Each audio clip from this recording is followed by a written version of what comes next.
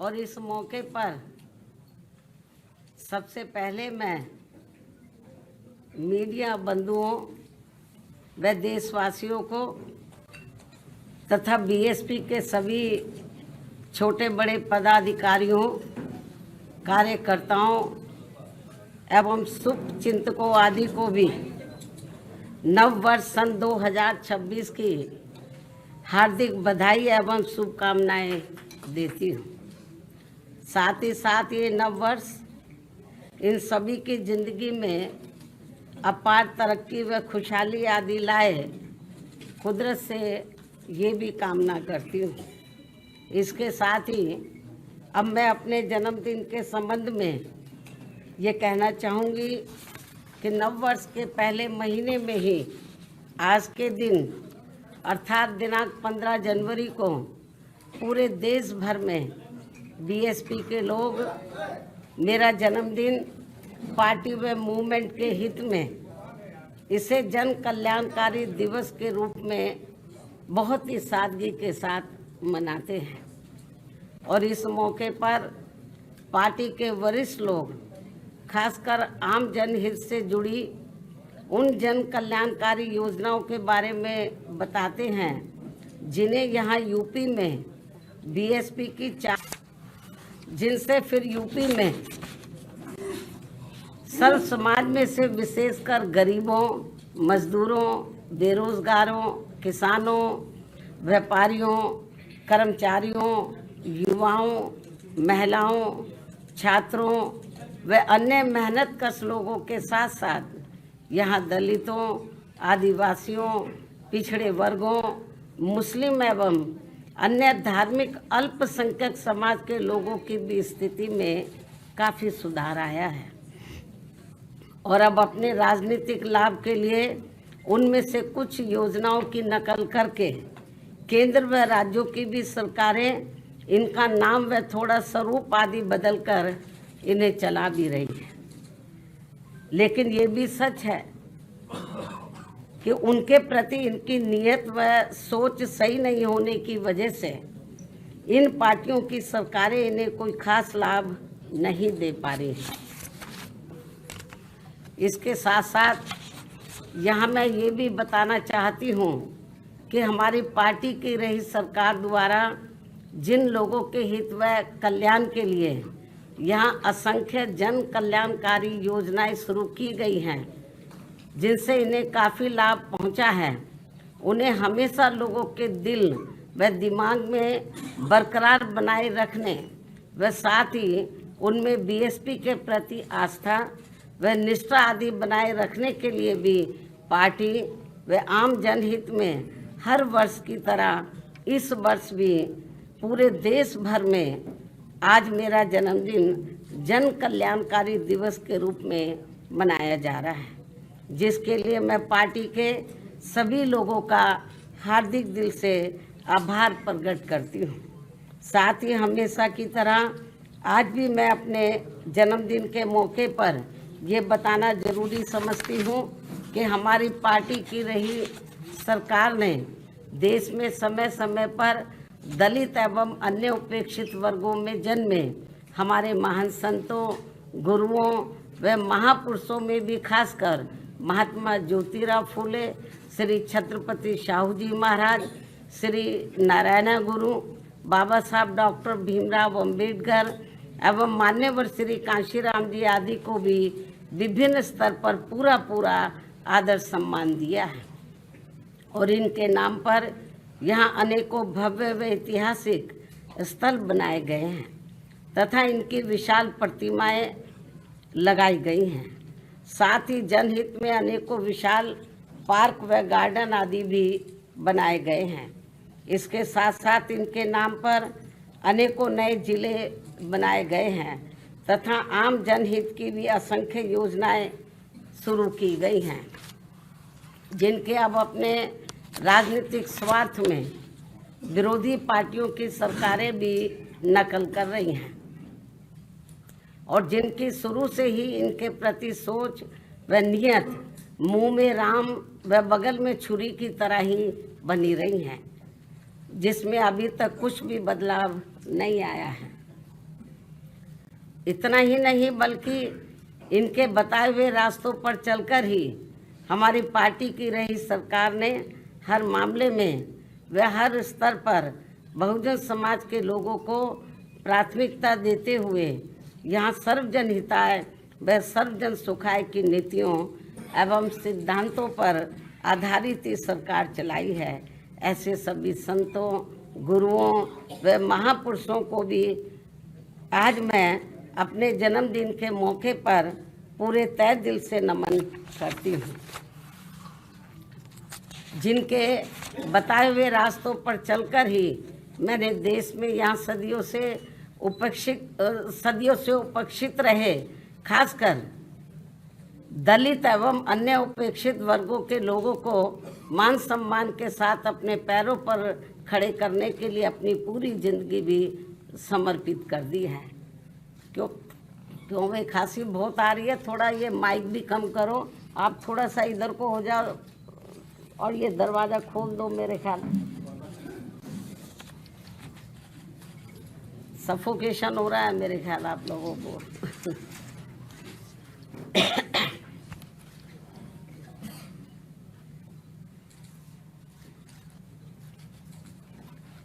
मैं आपको बता रही थी अभी जो हमारे संत गुरु और महापुरुष हुए हैं,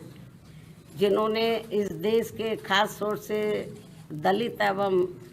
जो अन्य वीकर सेक्शन के लोग हैं उनको पैरों पर खड़ा करने के लिए अपनी ज़िंदगी पूरी समर्पित कर दी है, तो उनको मैं नतमस्तक करती हूँ, नमन करती हूँ, जिनके बताए हुए रास्तों पर चलकर ही मैंने देश में यहाँ सदियों से उपेक्षित रहे खासकर दलित एवं अन्य उपेक्षित वर्गों के लोगों को मान सम्मान के साथ अपने पैरों पर खड़े करने के लिए अपनी पूरी ज़िंदगी भी समर्पित कर दी है। और जब तक मैं जिंदा रहूँगी और यदि अभी तक की तरह मेरा स्वास्थ्य भी बराबर ठीक बना रहता है,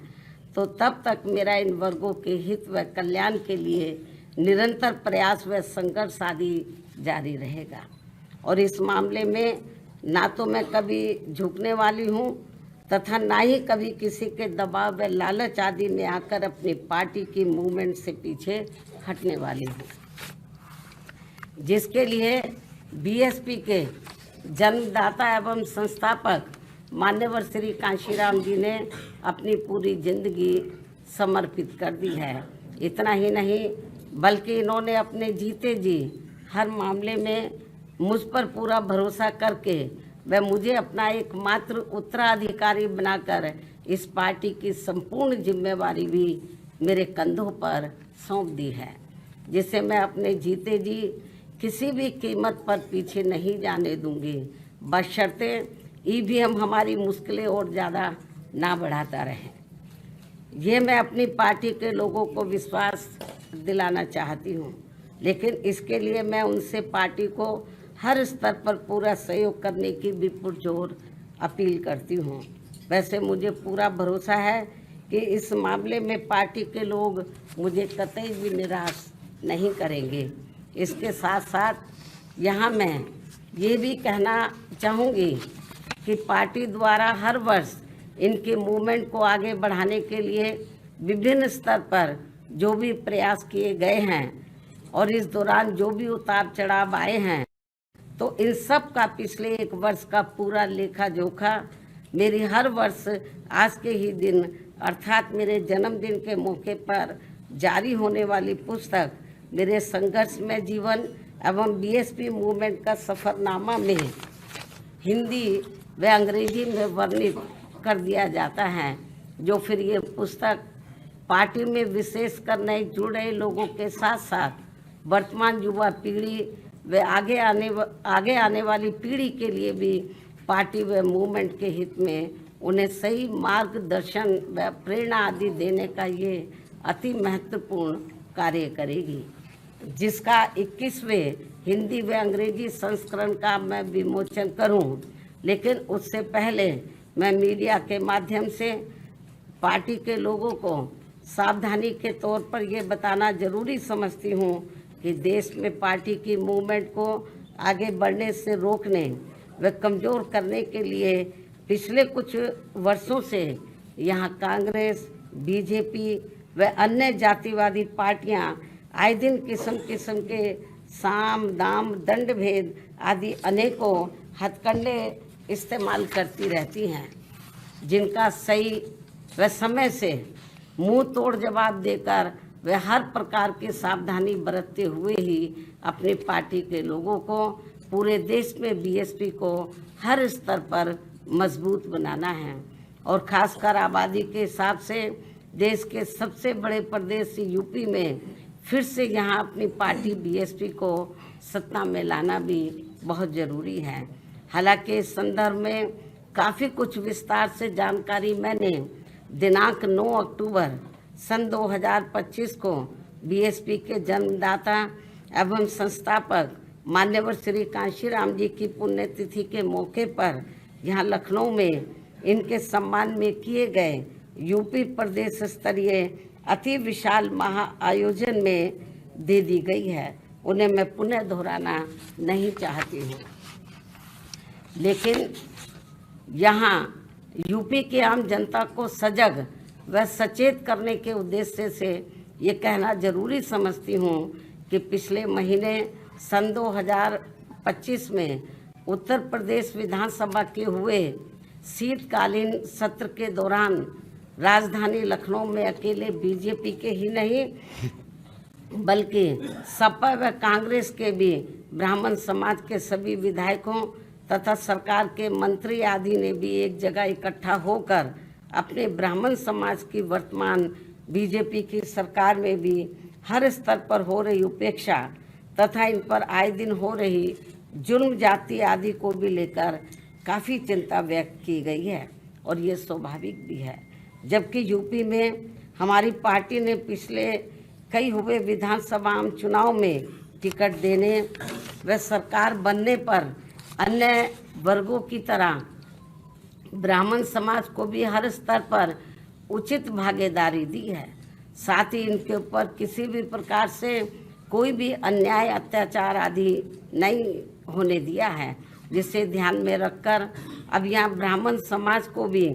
कांग्रेस, बीजेपी व सपा आदि इन पार्टियों के किसी भी बहकावे में नहीं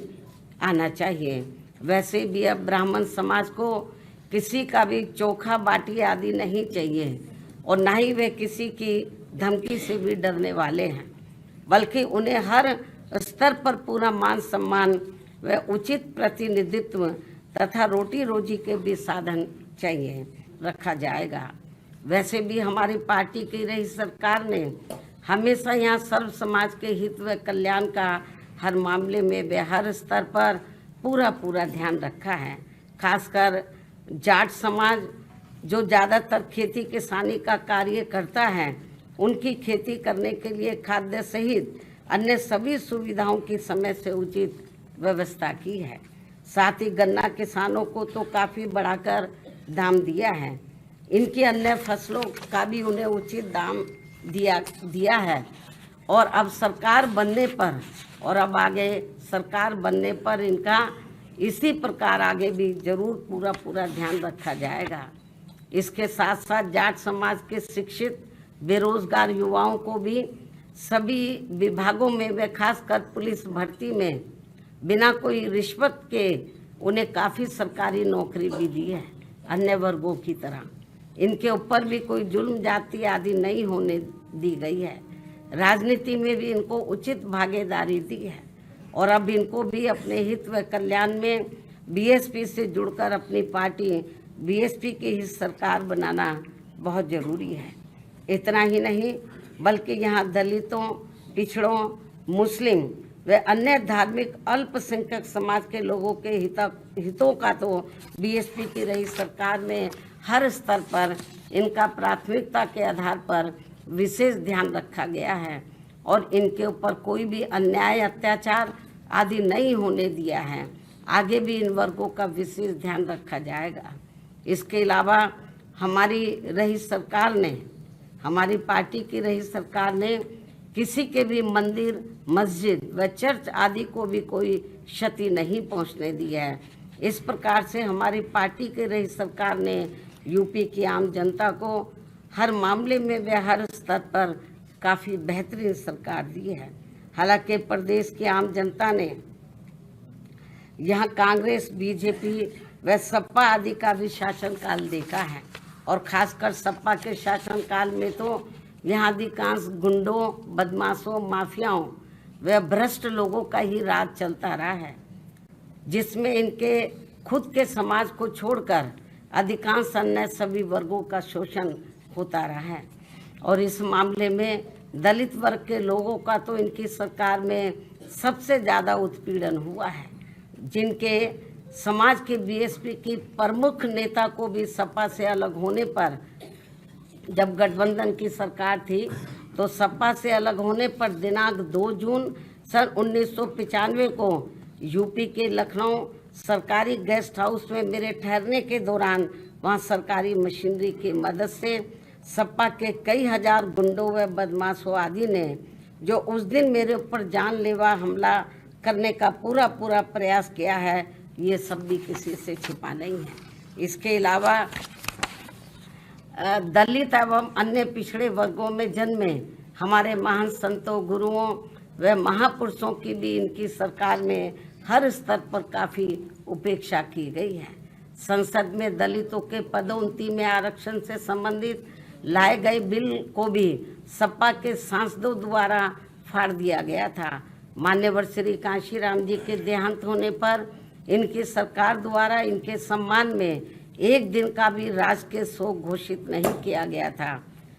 पिछड़े वर्गों का भी आरक्षण संबंधी ज़्यादातर लाभ इनकी सरकार में केवल इनका खुद का अपना समाज ही उठाता रहा है। मुस्लिम समाज भी ज़्यादातर उपेक्षित ही रहा है। यह है इनके पीडीए की असली पहचान। वहीं दूसरी तरफ बीएसपी की रही सरकार में हमने किसी भी वर्ग व धर्म के लोगों के साथ किसी भी मामले में कोई पक्षपात आदि नहीं होने दिया है और हमने पिछड़े वर्गों में इनके खुद के यादव समाज के हितों का भी पूरा ध्यान रखा है, आगे भी रखेंगे। प्रदेश में सभी विरोधी पार्टियों की रही सरकारों की तरह हमने बीएसपी की सरकार में कोई भी दंगा फसाद आदि नहीं होने दिया है। साथ ही प्रदेश के विकास को भी लेकर हमारी पार्टी की रही सरकार ने अनेकों ऐतिहासिक कार्य किए हैं और इस मामले में ये बात सर्वविदित है कि प्रदेश में बीएसपी की सत्ता नहीं रहने के बाद यहाँ विरोधी पार्टियों की रही सरकारों में जितने भी एक्सप्रेस वे बने हैं और अब दिल्ली के नज़दीक जिला गौतम बुद्ध नगर में नोएडा अंतर्राष्ट्रीय हवाई अड्डा भी शुरू होने के लिए जा रहा है, तो इन सभी की वास्तव में पूरी रूपरेखा बीएसपी के रही सरकार में ही तैयार हो गई थी। एक आदि बड़े एक्सप्रेस वे तो मेरी सरकार में ही बन गए थे। हालांकि ये सभी कार्य मेरी सरकार के रहते ही पूरे हो जाते यदि उस समय केंद्र की रही कांग्रेस पार्टी की सरकार अपनी जातिवादी मानसिकता के चलते इन कार्यों में रुकावटें नहीं डालती। इस प्रकार से यहाँ बीएसपी का चारों बार का रहा शासनकाल हर मामले में काफ़ी बेहतरीन शासनकाल रहा है, जिसे प्रदेश व आम जनहित में फिर से सत्ता में लाना बहुत ज़रूरी है, क्योंकि अब यूपी में कांग्रेस व सपा की रही सरकार की तरह वर्तमान में बीजेपी की चल रही सरकार में भी यहाँ की आम जनता व विशेषकर दलित एवं अन्य उपेक्षित वर्गों के लोग हर स्तर पर काफ़ी ज़्यादा दुखी व परेशान हैं। इनके नेता लोग मौजूदा सरकार में अधिकांश अपने खुद के नफ़े नुकसान में ही लगे रहते हैं। इनका अपने समाज के नफ़े नुकसान से कोई लेना देना नहीं है, ऐसा इन वर्गों के लोगों का मानना है। अभी भी प्रदेश में कानून व्यवस्था सपा की रही सरकार की तरह काफ़ी बिगड़ी हुई है। सरकार को बिना पक्षपात के काफ़ी सख्ती करने की ज़रूरत है। ऐसी स्थिति में यूपी की आम जनता बीएसपी के 4 बार के रहे शासनकाल को याद करके अब यहाँ बीएसपी को सत्ता में लाने का काफ़ी हद तक अपना मन बना चुकी है। जिसे पूरा करने के लिए इस बार होने वाले विधानसभा चुनाव में मैं खुद भी कोई कसर छोड़ने वाली नहीं हूँ। ये मेरा पुनः वायदा है। और जब यूपी में इस बार होने वाले विधानसभा चुनाव में हमारी पार्टी की पूर्ण बहुमत की सरकार बन जाती है, जिसकी काफ़ी उम्मीद भी है, तब फिर हमारी पार्टी सन 2007 में पूर्ण बहुमत की बनी सरकार की तरह ही यहाँ हर मामले में व हर स्तर पर सर्वजन हिताय व सर्वजन सुखाय की नीतियों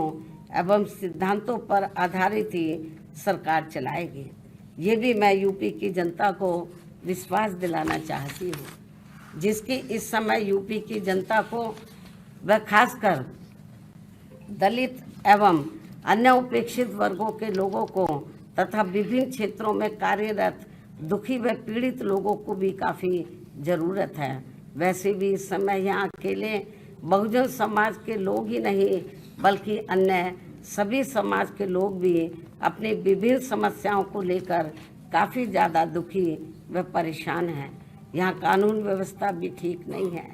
ऐसे में अब यहाँ यूपी की आम जनता बीएसपी को ही पुनः सत्ता में लाना चाहती है, किंतु उसके लिए पार्टी को हर स्तर पर मजबूत बनाना बहुत ज़रूरी है। और यदि इस बार यह विधानसभा के आम चुनाव होने से पहले हमारी पार्टी हर स्तर पर मजबूत हो जाती है और जिसके लिए अभी से ही पार्टी के लोग पूरे जी जान से जुटे भी हैं, तो तब फिर अपनी पार्टी को इस बार यहाँ सत्ता में आने से कोई रोक नहीं सकता है, बशर्ते यहाँ प्रदेश की आम जनता चुनाव के दौरान कतई भी गुमराह नहीं होती है। इसके साथ साथ पिछले कई चुनावों की तरह इस बार भी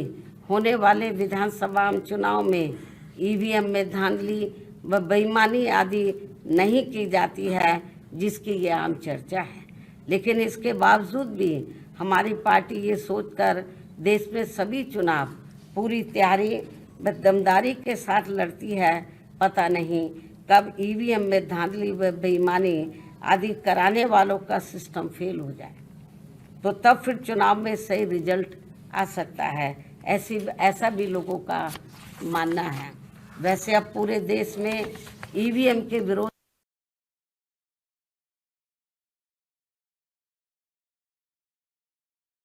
को हर स्तर पर मजबूत बनाते रहना बहुत जरूरी है। इसके अलावा पिछले कुछ समय से जरूरी परिवर्तन किए जा सकते हैं, इसलिए हमें उत्तर प्रदेश सहित पूरे देश में अपनी पार्टी को हर स्तर पर मजबूत बनाते रहना बहुत जरूरी है।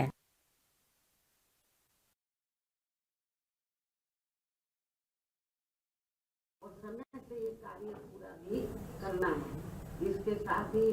जहाँ तक गठबंधन करके चुनाव लड़ने का सवाल है, तो इस संबंध में फिर से यहाँ मैं अपनी पार्टी का स्टैंड स्पष्ट कर देना चाहती हूँ कि हमारी पार्टी का गठबंधन करके चुनाव लड़ने के करना है। इसके साथ ही जहाँ तक गठबंधन करके चुनाव लड़ने का सवाल है, तो इस संबंध में फिर से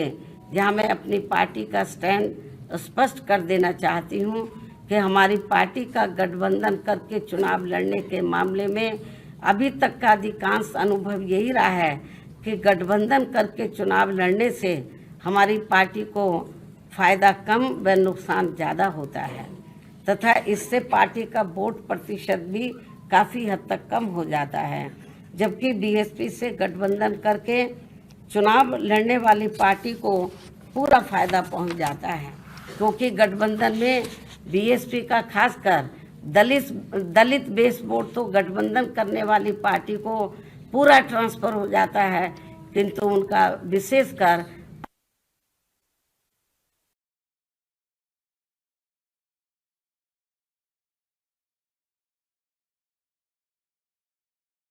है